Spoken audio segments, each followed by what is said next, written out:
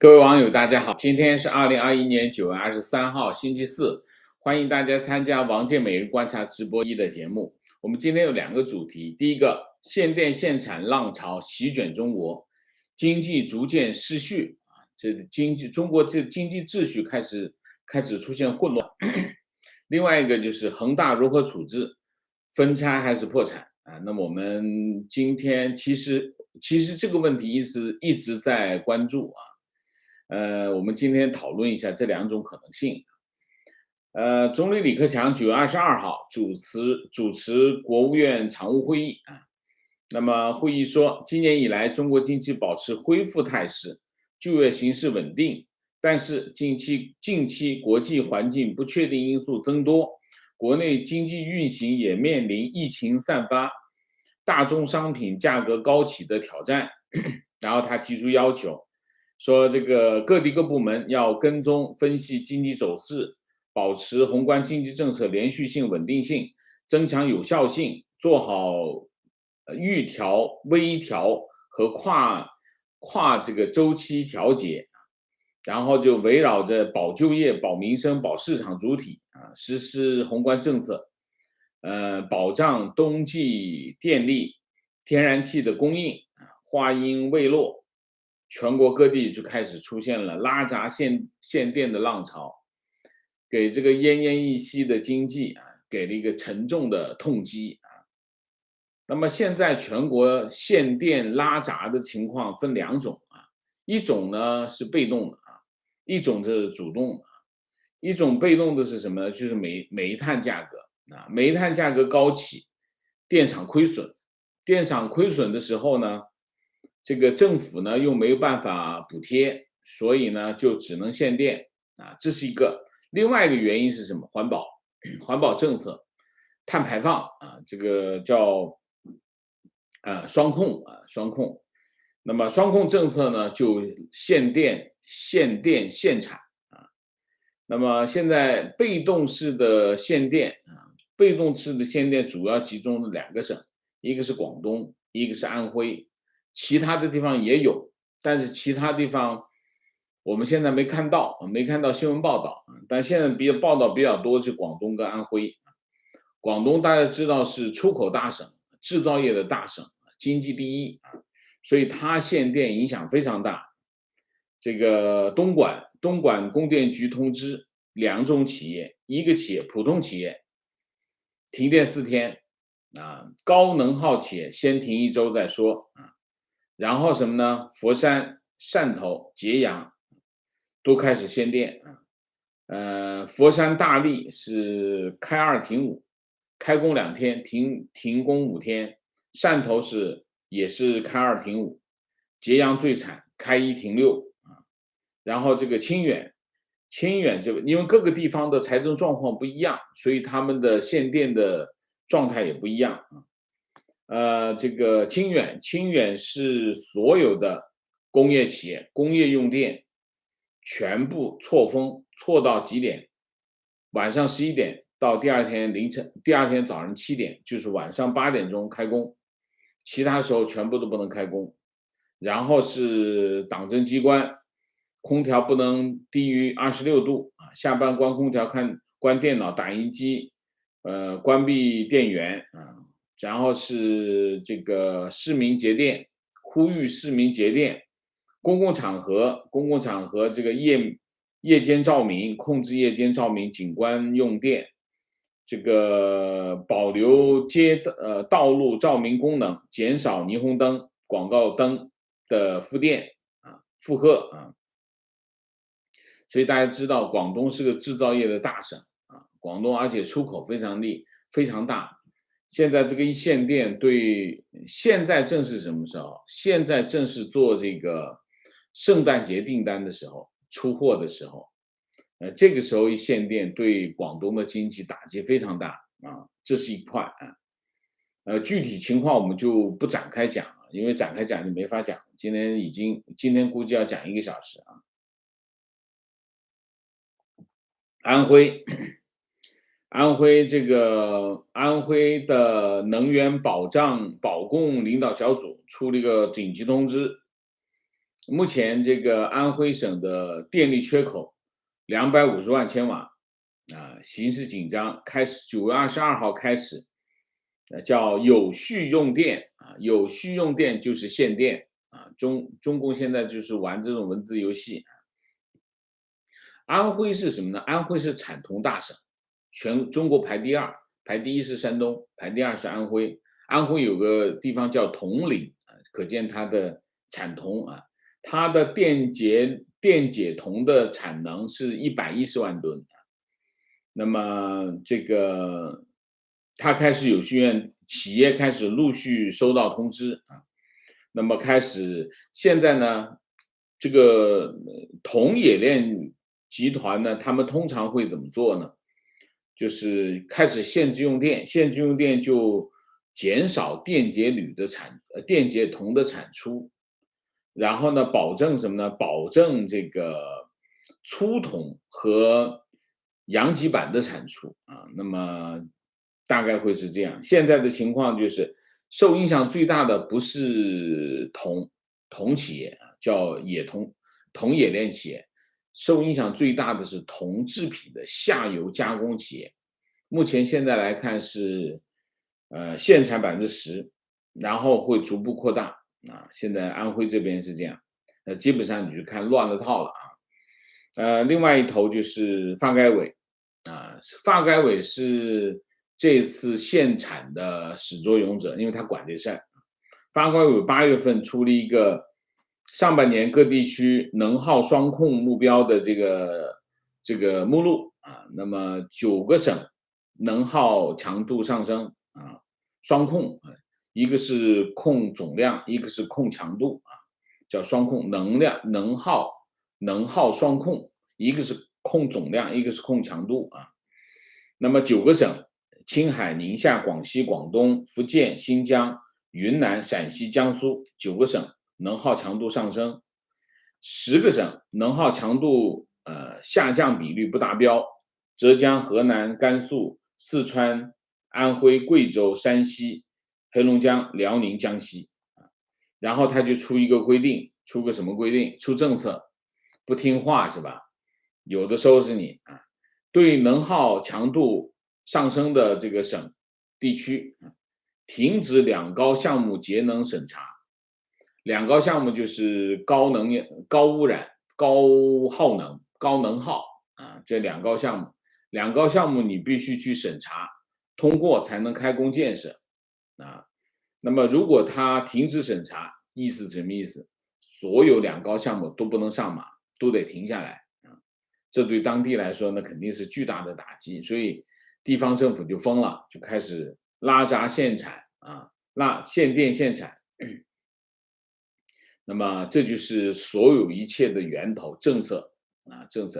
中共的权力很大，权力很大的然后江苏实行限电暂停15天9月15号开始实施通知要求拉电，工业拉掉，然后生活用电保留，维持用电保安负荷然后统一检修半个月，办公室空调停用路灯控制减半，路灯隔一个开一个，隔一个开一个减半。江苏省的纺织业、钢铁、水泥高能耗的企业受到影响最大。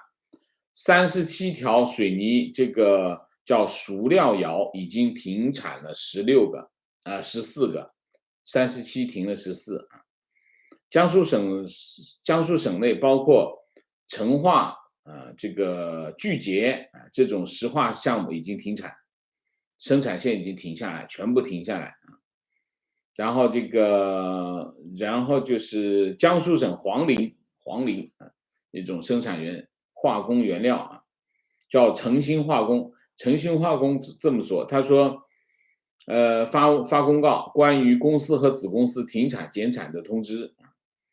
他在江阴有个工厂江阴厂9月23号开始停产，预计在10月12号恢复然后是云南宣威林电宣威林电也是生产黄磷那么当地是要求减产90%啊，当时现在收到的通知，所以宣威林电9月23号停产，什么时候恢复不知道啊。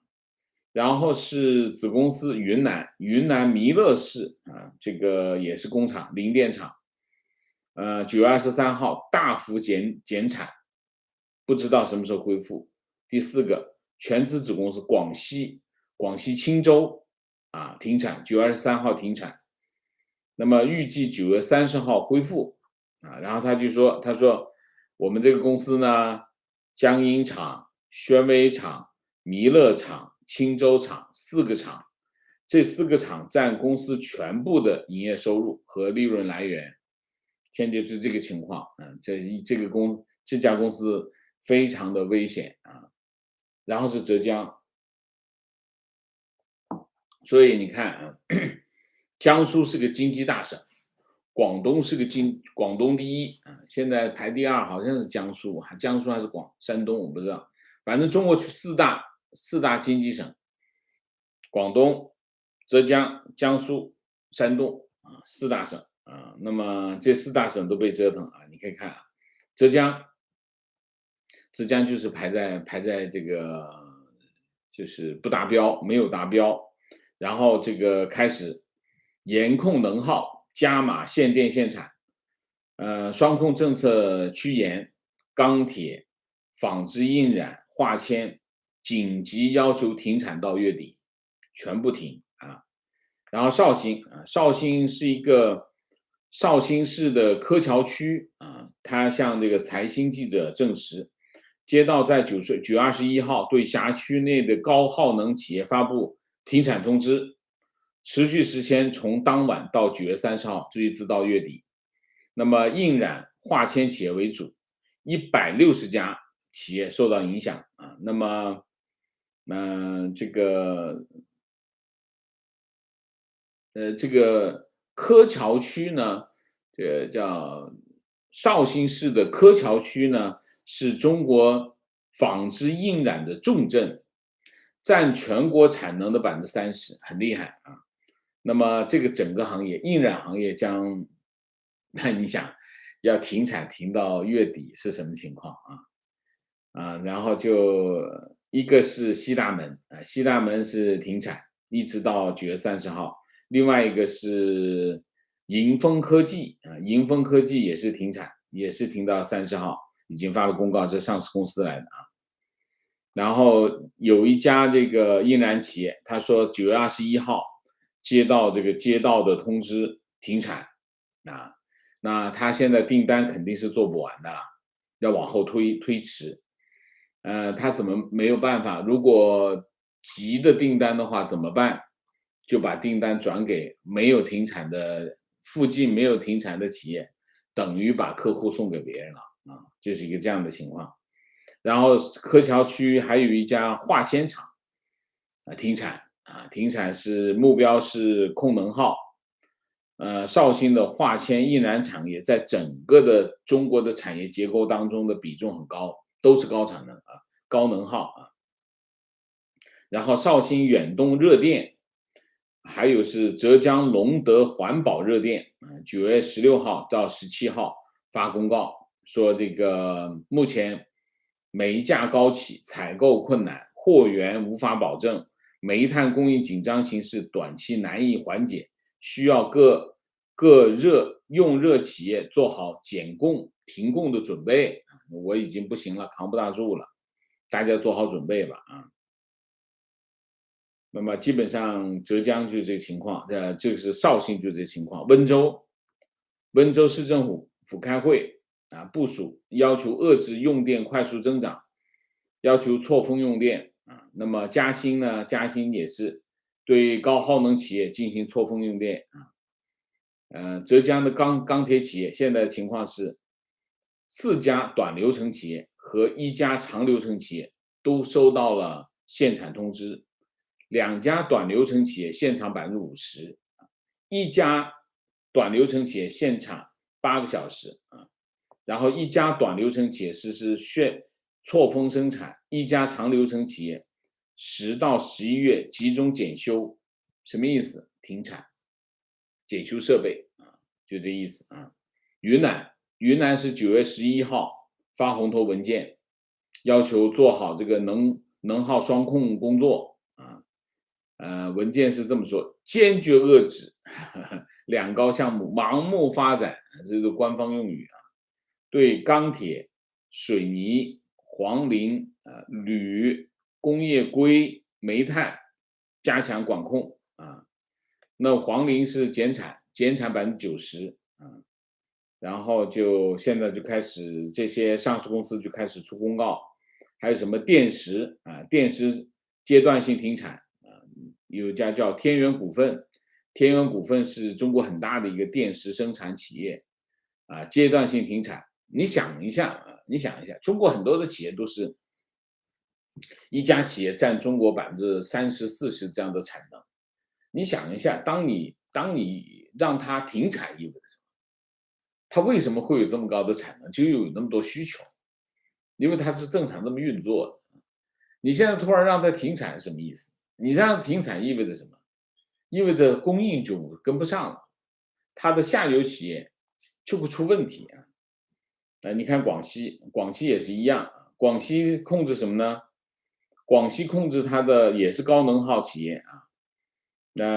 他是说广西最近对辖区内这个建筑陶瓷实行限电限产啊。那么有一家叫蒙娜丽莎的上市公司发公告说，它现在临时停产了6条生产线啊。那么原计划下半年启动的另外4条生产线，现在不能够如期的投产建设啊。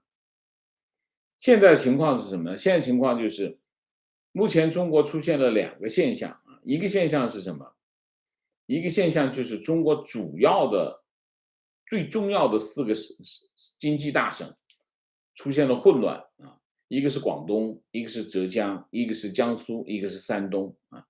这几个经济大省出现了这个混乱。大家知道经济是一个什么？经济是一个产业链啊，就是说我生产的是给下游，下游生产再给下游，最后跑到大家面前，比如说一块瓷板，瓷板是有很多产业链构成，你中间来一刀，意味着什么？整个产业链会打断，所以它形成的后果不仅仅是这家厂子的问题，而是整个产业链的问题。你比如说黄磷你要是停掉了，中间它的上游、它的下游，给它供应的人他就要不了了，它的材料他就会压库，下游要它的产品的人，他也得停产。它不是停一个，是停整个产业链啊。所以呢，这件事情对这4个大省产生经济的冲击，也就会冲击今年下半年第4季度中国经济。中国经济在第4季度一定会有影响啊，一定会有影响。这是第一个。第二个，你可以看到什么呢？你可以看到中国经济现在出现了中国的经济政策出现这种混乱的原因是什么？政策出了问题啊。什么政策？你比如说经济政策，你比如说能源政策。你现在出问题的是煤炭，煤炭一出问题，好，煤炭价格就跑上去。煤炭价格，能源政策，你比如说现在各个地方查这个环保，很多煤矿全部停工。煤炭价格上升的原因是什么？煤矿停工，闭着眼睛就让它停工停产。一停产，煤炭供应减少，煤炭供应减少的后果就煤炭价格上升。煤炭价格上升的后果是什么？电厂就没办法发电，因为它亏损。那它怎么办？2台机组停1台，另外1台发一半的电，否则我供不过来，我就赔钱赔大了，我可能赔到我最后可能破产，除非政府补贴。政府补贴得了吗？政府补贴不起。为什么？因为你持续的发生，他没这块预算怎么弄？所以结果是各地在限电，这是一个政策。另外一个政策，你这个碳排放，碳排放呢，发改委的老祖宗是国家纪委，国家纪委他们是计划经济的执行机构，他们有很多的办法去控制企业，他有很多办法去控制企业。他们想来想，就国家纪委其实从头到尾，他的任务是干什么？去控制企业。他控制企业的办法很多。当他接到一个任务，什么任务？要控制碳排放的时候，他就制定了一系列针对碳排放的政策。这个政策就是钳制企业的政策。所以他那个表一拉出来，哦，这就9个省是能耗是上升的。它的碳排放是简单的把能耗降下来，它就是降能耗。降能耗的意思是什么意思？能源是工业的血液，你必须要有没有能源，你就一定是工业就会有问题。当你能源给它泰山压顶，往它压住的时候，这个经济运行就会慢下来，后果更严重。所以国家纪委它就制定一个什么控制能耗的这个目录，叫晴雨表，通过这个来限制各个省使用能源的情况，然后制定相应的政策，惩罚他们违规的惩罚。这个结果是什么？这个结果就各地开始压产。政府有没有权利压产？政府理论上是没有权利，不过无限的政府，他就给自己权利，他就让这个企业，你这个不能动，那个不能。当然，大部分这些企业全部都是国企，国企当然听他的，他怎么会不听他的？一定听他的。所以你看，环保政策，当他的环保政策去介入到经济的，不管不顾的介入到经济的时候，你看经济就开始混乱了。能源政策也是不管不顾下游的时候，它的经济也开始混乱。所以中国现在出现的情况是什么？一个是政策的问题，政策层面的问题。第二个问题是中国最重要的几个大省开始出现混乱啊。当然，核心的混乱是整个的产业链的混乱。习近平在9月21号这个联合国大会做这个视频发言，他其实在那个会上讲了一个很重要的政策信息，只不过当时因为大家关注点在其他地方，所以这个政策信息没有爆出来，没有得到过多的关注。他在那个发言中宣布呢，中国不再新建在境外的煤电项目。这个诉求其实是，克里去天津提出的要求，就是你别在境外再去建这个煤电项目。习近平跑到联合国大会发言的时候说，我们不再在境外设立这个煤电项目啊，煤电就是用煤发电项目啊，然后他再重申了什么？重申2030年碳达峰，2060年的碳中和。这件事情呢，这件事情当然很重要的有2点。第一点，中国的能源消费有1半以上来自煤炭，这是第一个。第二个，总发电量68%来自于火电。然后中国的这个去年的这个煤电开发量大幅上升，去年，所以抵消了其实其他国家一直在安排煤电退出。煤电包括法国非常激进，法国是今年全部退出煤电啊，然后美国也在积极退出煤电。结果全世界都在退出煤电，中国去年大幅上升，大幅上升的后果是什么？就全世界煤电的总量没有下降，反而上升了，第一次上升去年。所以为什么习近平这次在9月21号宣布说不会在境外设立新的煤电项目，就是因为中国去年的大爆发抵消了大家的退出，大家都有意见。他说一个这个承诺出来，放一个这个承诺出来，作为一个抵消压力的一种操作。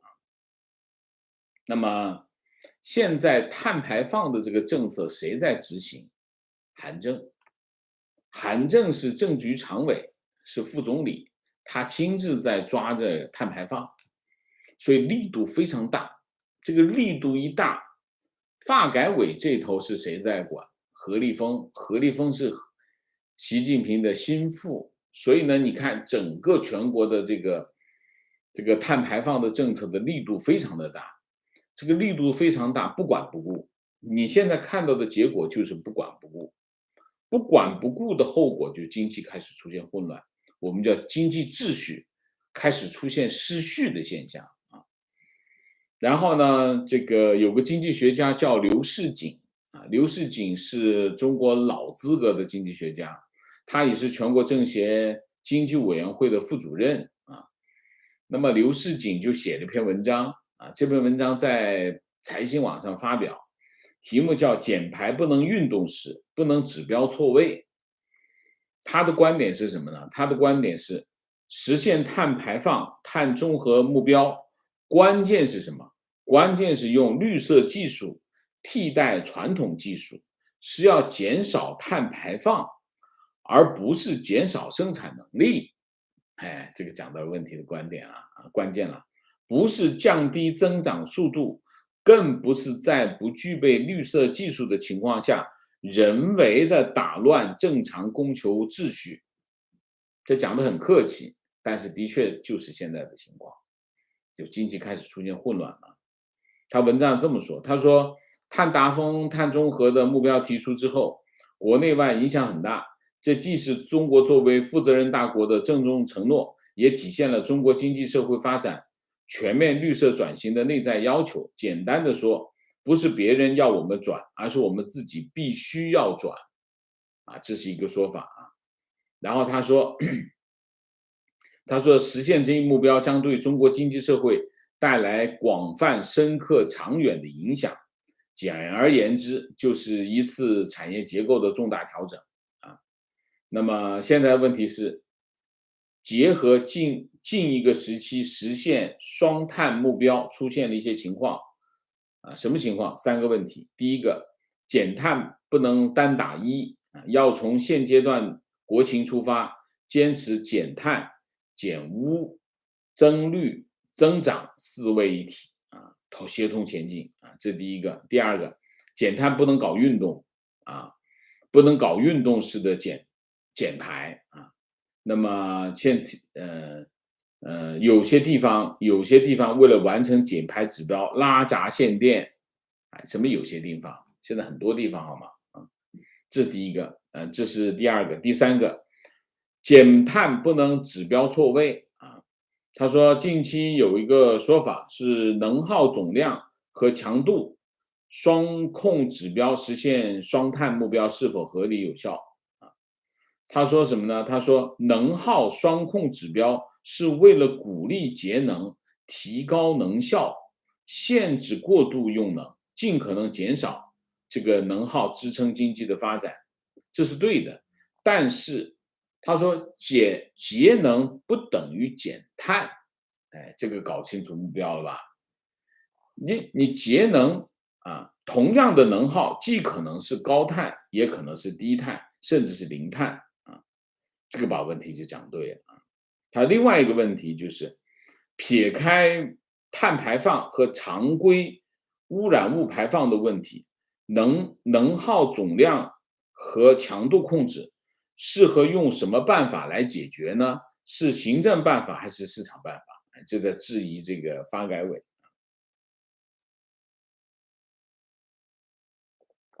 基本上这篇问题，这篇文章就把这个当前中国在所谓的能耗双控这个政策和碳排放之间的错位，碳排放和能耗这2件事情是不是有关联性？有些有关联，有些没关联这个刘士锦把这个问题点出来，所以呢，实际上呢，发改委的政策呢，这一枪打出去呢，南辕北辙，这两件不同的事情。能耗跟碳排放两码事儿，你给把这个企业掐的那么死干什么？这是一个啊。所以第一个主题我们今天就讲完了。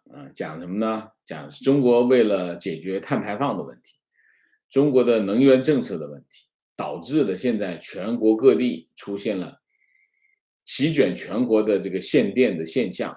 限电的现象背后的原因就是两个，一个是煤炭价格的问题，一个是什么？环保政策的问题啊，导致了这个，这都是什么？这都是政策失误造成的。它不是经济，它不是经济现象不是纯粹的单一的经济现象，是政府推动的某一个政策导致的这个后果。这又是什么？我们经常讲，面多了加水，水多了加面，最后盆儿不够了。我们讲第二个主题啊，恒大是分拆还是破产啊？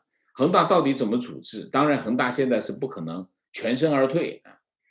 我们今天这个新闻有几个点啊。第一个点，许家印出来啊，说明许家印没走了，许家印还在啊。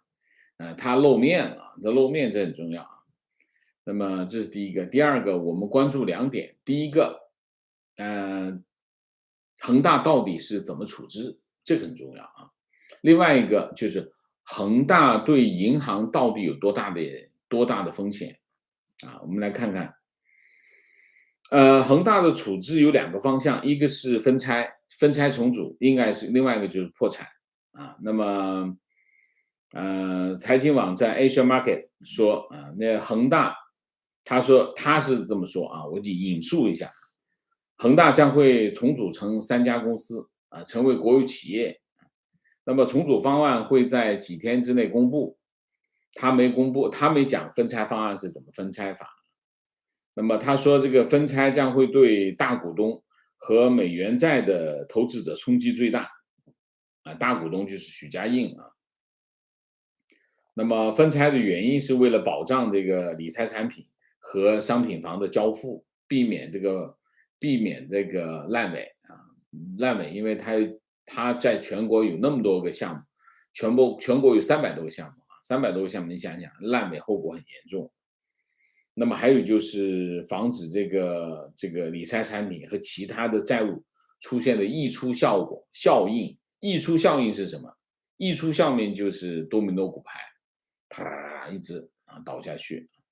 这是一个说法啊，这是一个说法。另外一个彭博社引述这个摩根斯丹利的首席经济学家叫邢自强，他这么说，他说中国政府在未来1个星期对一家房地产公司将会启动债务重组，然后在10月份放松政策，就防止这个对整体经济的溢出效应。什么意思呢？就是第一个会重组它，恒大会对恒大进行重组，另外呢就会放松银根放松银根，防止出现这个溢出效应，就是多米诺骨牌效应啊。那么这是一个，然后他认为呢，监管机构有一套机制，监管机构讲的人民银行、人民银保监会，应对房地产开发商违约，并降低这个系统性风险。第三个是他说，如果行动推迟的话，中国第4季度的经济增长将会受到1%的影响啊。所以，而且他认为明年中国需要更大的刺激措施啊。可以参考的是谁呢？可以参考的是海航啊。海航是1.2万亿啊，比这个恒大稍微少一点。恒大是2万亿啊，大数1.97就是2万亿。海航是1.2万亿，少一点啊。那么海航的操作是什么？海南省政府成立联合工作组，取代这个董事会，直接进驻这个海航。然后呢，工作组的组长顾刚替代这个董事长陈峰啊，出任海航的党委书记。然后就1月29号就开始，就破产重组啊，然后就把海航集团分拆成4大块，航空、机场、金融、商业4大块，各自独立，各归业主，大家去买啊，大家找人去投啊，投当然是安排好的人啊，安排好的人。大家留意一下啊，投那个航空的是谁？挺逗的，挺奇怪的一个人，啊，跟我有点就是在江西起家啊，这个很奇怪的，大家留意一下啊。然后老股东股权清零，就陈建啊、陈峰啊、陈峰出局啊，出局，股权全部清掉。这是一种说法，就是重组分拆，用分拆的方式，比如说恒大把全国分拆成4大块，类似这样，华北地区、华南地区、华东、这个西部地区等等啊，类似这样，这是一种说法。另外一种说法是破产倒闭啊。那么华尔街是这么说，他说，中国政府的有关部门要求地方政府为恒大的倒闭做好准备啊。不要去救它，意思就是中国政府不愿意救恒大，认为恒大倒闭，会造成，同时也认为恒大倒闭会产生经济和社会影响。那么地方政府和国有企业已经接到了通知，如果恒大无法有序的管理它的事务啊，在最后一刻才能介入啊，就是说你不能够先别管它。等到最后乱了，你再去接管啊。然后呢，地方政府已经接到指令，组织会计师和法律专家审查恒大在各地的业务的财务状况啊，已经派人进去了啊。然后当地的国有和民营的开发商找这个当地国有民营开发商，准备接管当地的这个房地产项目啊，然后还成立这个执法小组。监测这个公众的愤怒情绪和群体事件，所以你可以看到啊，地方已经开始采取行动，比如说安庆市土地收购储备中心宣布，当地恒大中央公园项目的土地出让合同已经收回啊。那当时是在去年的3月8亿啊买的这块地啊，把它这个收回，为什么？恒大不给钱，投地不给钱，所以解除这个合同。重庆啊，重庆当地有个叫双福工业管委会，按照这个市和区的指令，成立专门办公室处理恒大的问题。恒大的项目已经停产啊，停工啊，已经停工，然后就推进这个在建房的复工。复工就是扯淡，就是接管。啊，至于他什么时候复工，他得有钱再说。啊，地方他说复工，保复工，那没有钱保什么复工？那他凭什么出钱？除非他接管这个项目。如果你没有接管项目，你怎么可能复工啊？恒大有20万员工，然后这个上千个开发项目，上下游380万就业，小业主，其实核心的问题在哪？恒大的这个问题两头，一头是什么？在建项目，在建项目跟谁有关？跟小业主有关，就是买了房子，给了钱，还没拿到房子的这小业主，这个是性命攸关，这是一头。另外一头就是银行借那么多钱，2万亿的债。昨天有网友说那个毛毛雨啊，分到各个投资者毛毛雨。开玩笑，怎么会毛毛雨？2万亿的债，你开玩笑啊？然后现在的情况是什么？现在的情况就是许家印露面了啊！露面是9月22号，恒大召开复工复产保交楼专题会啊，然后就是各级领导，就是恒大集团的各级领导，20万人，他各级领导有多少人？4000人。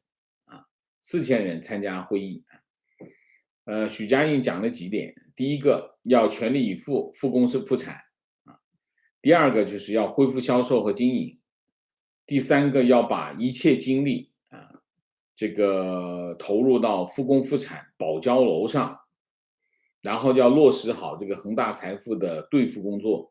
恒大财富的兑付其实对的是什么？对的是房子，钱没有，房子啊。你可以看到两点，第一点，许家印没有跑啊，许家印还在政府的控制当中，这第一个。第二个，许家印还在台前啊，政府还在台后啊。那么这是一个啊。那现在的银行现在都跑出来说，我的风险可控。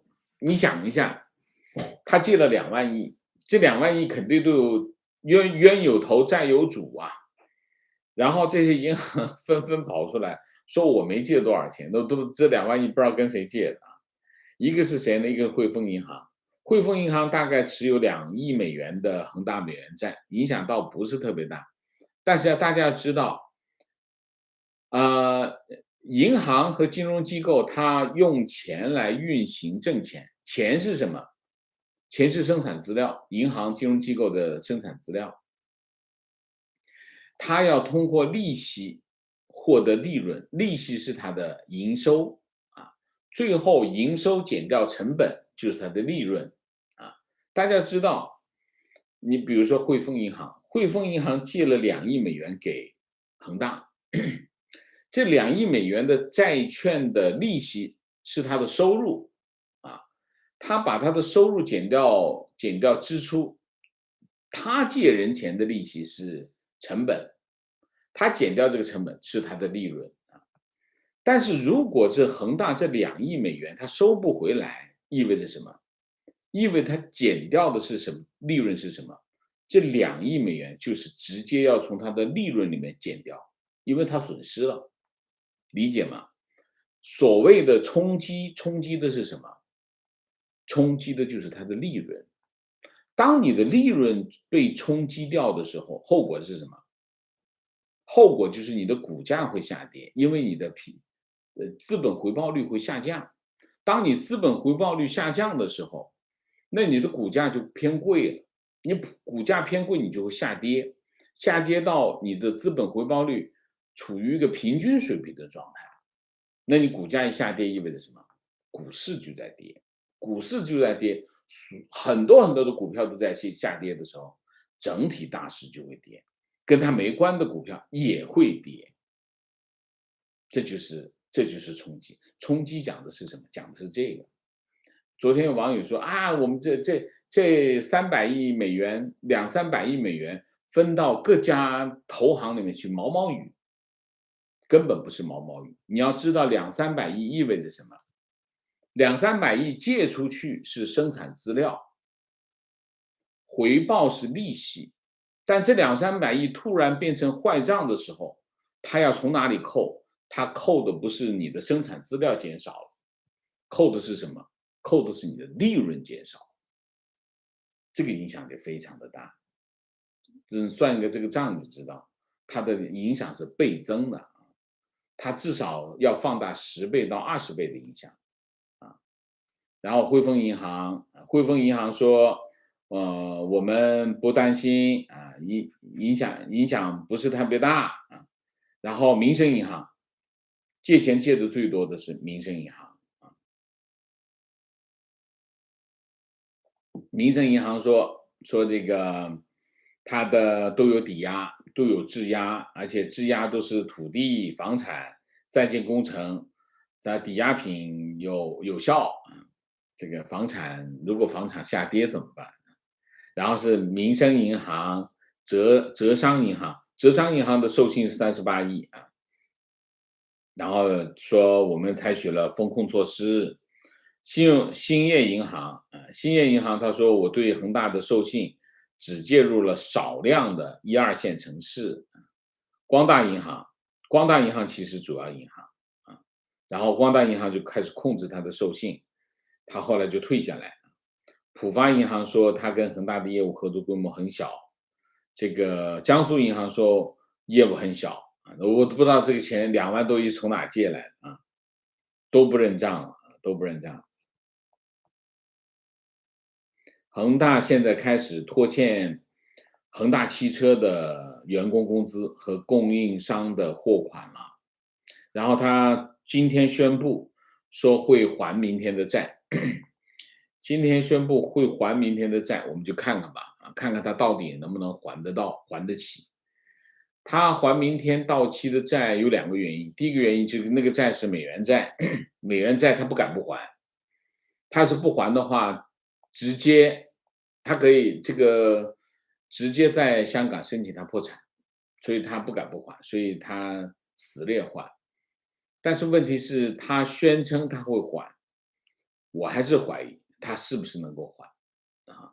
我怀疑他是宣布他会还，然后私底下找他谈话，说我们要不我迟一点，我回头给你多一点，行不行？大概会是这样。我认为可能性更大的是这个。然后刘銮雄宣布要卖掉他所有的股票，他所有的这个恒大股份啊，现在还没卖了啊，现在还没卖，但是呢，他准备卖掉，他是持有7亿5千万股，7亿5千万股准备全部卖掉，相当于恒大股份的5.66%，这是一个。另外一个中策集团恒大就是刘銮雄他的公司叫华人置业华人置业是准备全部卖掉。中策集团也是要准备卖掉，卖掉什么呢？卖掉这个恒大汽车的股份，占1.33亿，恒大汽车的股份占总股本的1.37%就是他的朋友们都在跳船了，开始跳船。好，我们今天这2个主题就讲到这里，我们下面进入互动。抱歉，今天又讲长了。进入互动之前，温馨提示，请大家点赞，请新来的网友订阅，请大家加入我们的会员，支持我们做更好的节目。那么进入互动之后，请大家不要聊天4个情况、问题、观点、情绪明谢 Paul 亮，谢谢 Elena Ma， 谢谢 Jerry Shaw 熊，谢谢 Helen， 谢谢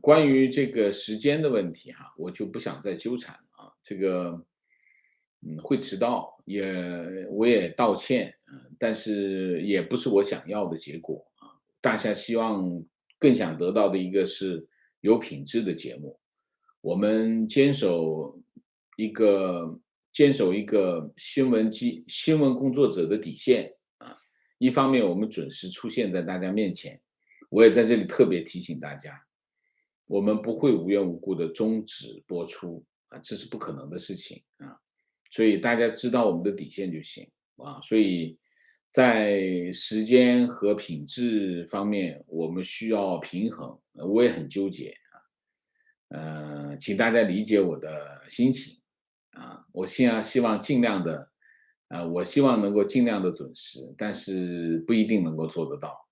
但是我一定还是要把这个目标设在这里。有网友说你可以把时间推迟，我不想这么做，我还是要放在这里，作为我的一个标杆吧好吧，我们不在这个问题上再纠缠情况坐标浙江，朋友面料厂接到通知，1个月停15天。情况坐标苏州，今天中午接到电话，说省里突然要求限电，没到1个小时，机器还在运转，突然整个工业区没电了，直到晚上9点多才恢复。这就是专制体制的特征。专制体制的特征是什么？2个，第一个效率很高，就是他做这个事情效率非常高，说干就干，啪就干下来了，因为没人制约他第二个，他的负责任的对象是他的上级，你比如说何立峰，发改委的主任何立峰的负责人向谁负责？向习近平负责，他不管下面怎么样，他只要看习近平脸色怎么样，脸色可以我就干，甚至我干点事情看看他高不高兴，高兴我就干下去。就是一件这样的事情。所以你会看到这么我们叫这么蛮横的政策就是这样。情况，公司昆山厂收到通知，9月30号要停天然气，今天开始限电，不可以开空调。情况，我们在天津的工厂也是停电，提前3小时告知停电，结果数据中心也停电，从晚上7点一直恢复到凌晨5点。情况，坐标上海，从6月开始，很多路灯晚上关闭，监控探头的灯却分外耀眼。晚上很多外卖小哥乱开电瓶车，很多路人都不遵守交规，他们觉得你肯定不敢撞我。情况，坐标东莞，今天公司通知限电开1停5，开1停5，那还有1呢？开1停5，那还有1天怎么办？休息吗？那也是停啊。通常是开2停5，或者开1停6，没有开1停5的。25号停到29号，今天珠三角的客户邮件已经询问，限电后后续安排等等，雪上加霜。情况，汕头原本的支柱产业是纺织业，从18年底开始，政府强制所有的染布厂搬进政府新建的工业园区，染布厂不得不高价买入园区的土地建厂。没有立刻停工的工厂被百名武警荷枪实弹查封，后面园区拖延2年建成，结果配套没跟上，限制用水，交警还在园区必经之路设闸查货车超载，有疏通关系的工厂就放行，那些染厂老板把毕生积蓄投入园区，还没开工遇到疫情，现在又开始拉闸限电。原本200多个工厂只剩下了20多个，全在亏钱。这就是习近平政府干的事情啊。那你想想经济情况会怎么样啊？南山铝业、中国虹桥都是自备发电厂的铝厂，直接被限制生产。目前1吨电解铝的利润是5000啊。情况，我在南非生活了快20年。对能源供应不足后果深有体会。由于前总统祖马和印度的古普塔家族2013年勾结，贪污掉了几百亿电力系统维护费用，直到今天，南非用电高峰期都会频繁的断电。更好笑的是，他们说是要保证工业区的用电，常常停掉金融和商业单位的用电。最直观的后果就是南非兰特货币对美元汇率从1.8直接掉到1:8，直接掉到1:13，最低的时候16。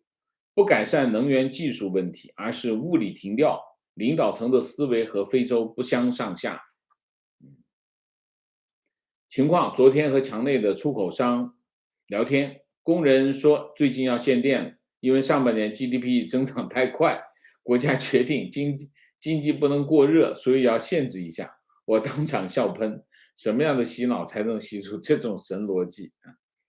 观点，年初为了开工率，让工厂积极空转耗电，现在为了减排，又让满负荷运转的工厂停工，这种政治优先影响经济，产业链不转移出大陆也难。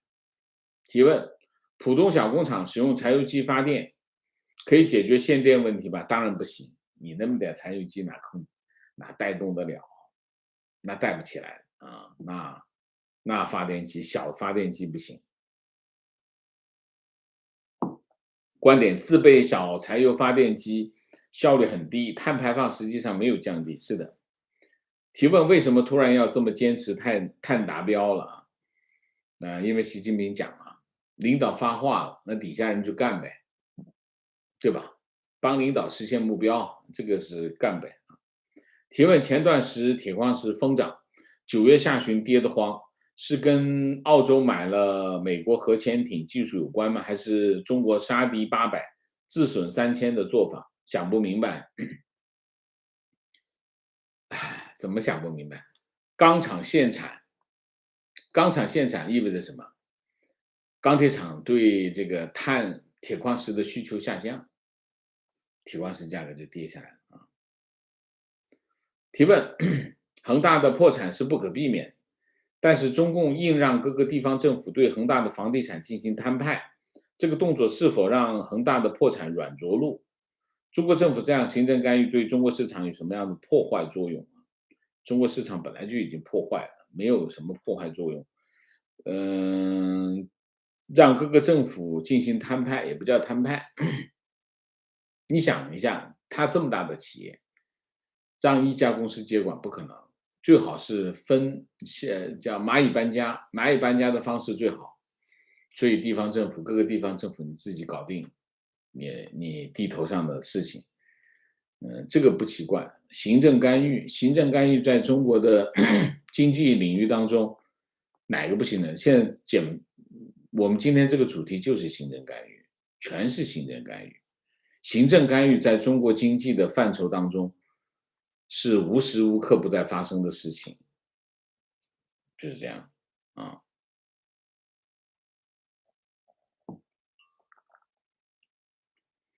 情况：今天淘宝买货，江苏的店家和我说，因为限电，东西运转不到了，得等后天。第一次知道网店这么受影响。当然，他的货都是从工厂来的嘛，工厂限电出不来的，当然他的店家也出不来，一定会有影响。我都说它不是某一个环节的问题，是整个产业链的问题啊。坐标江苏，我们这儿连风力发电机生产厂和大型火电发电厂都在限电名单。高新区大多数规模以上企业直接无通知拉闸，化工厂直接拉闸，后找安监局交涉，有爆炸危险才恢复。OK， 情况根据周边的信息，前阵子闹得轰轰烈烈的供销社运动也只是空头支票，每个地方都有指标，要完成多少个村镇供销社的建设，但是上面没有任何资金支持，全靠下面部门自己想办法。造几乎所有基层供销社只是个面子工程，与民争利的方式来应付上面的检查，用行政手段抢商户的生意啊，这个没有生产，没有生命力的。一阵子风过去之后就没有了啊。情况坐标深圳交通部门，公司开始强制打第三针，北京生物疫苗啊，北京生物国药啊。提问：我经常有听到一种说法，没有红色背景，靠个人能力升上去的技术官僚，只不过是给红色权贵们打工的看门狗。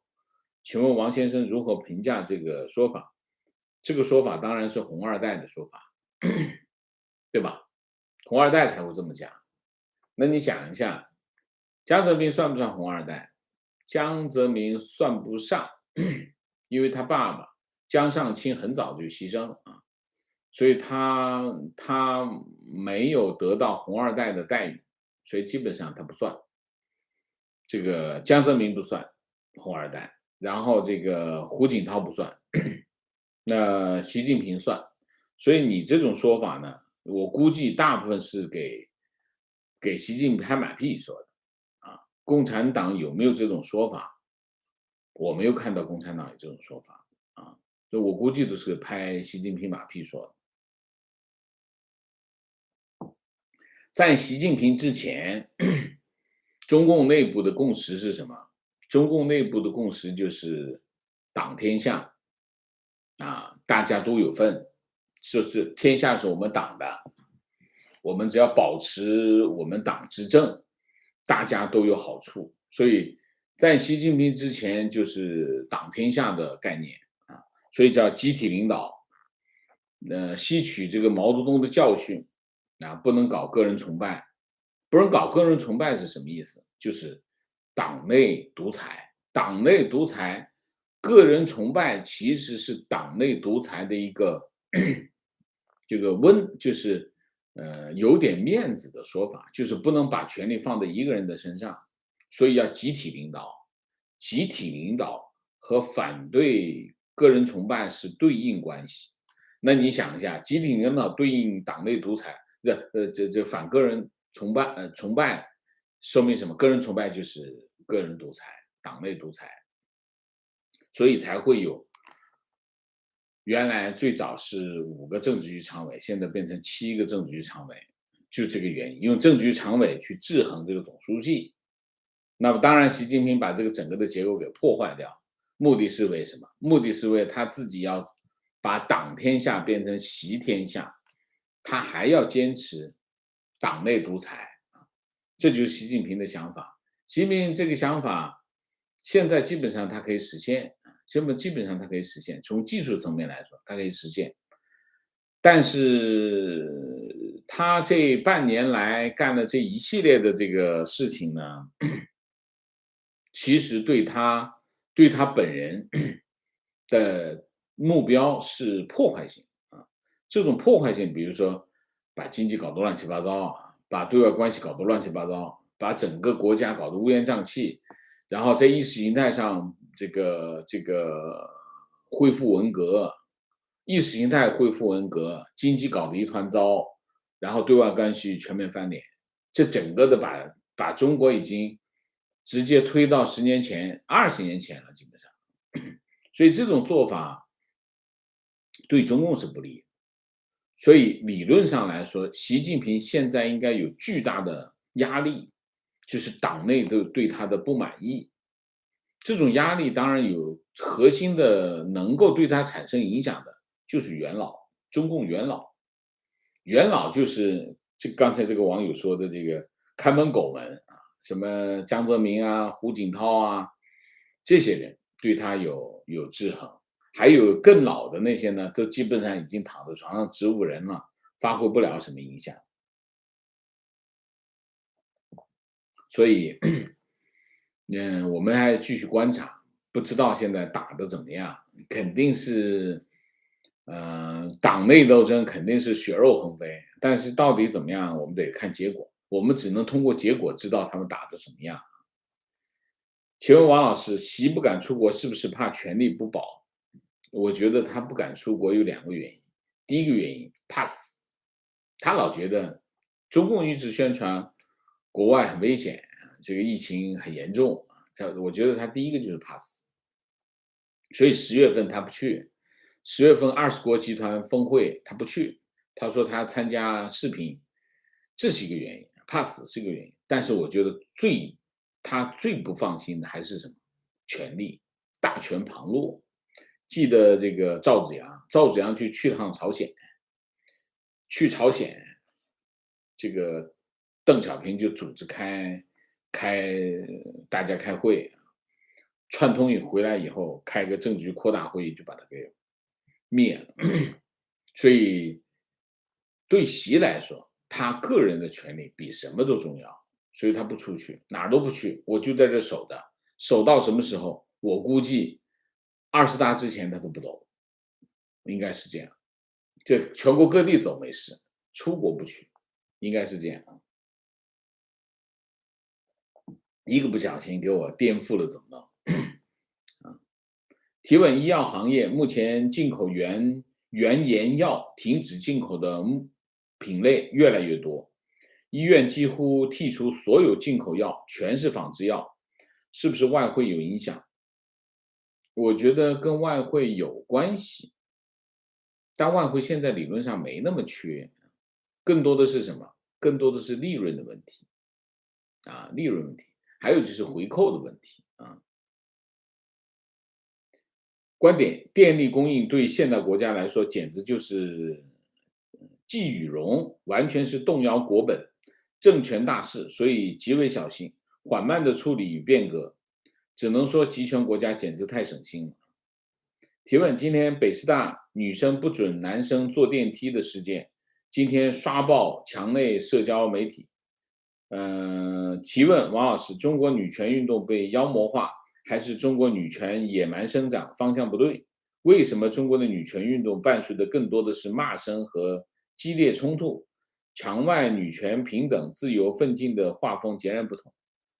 任何地方女权运动，不仅仅是中国，全世界女权运动都伴随着谩骂。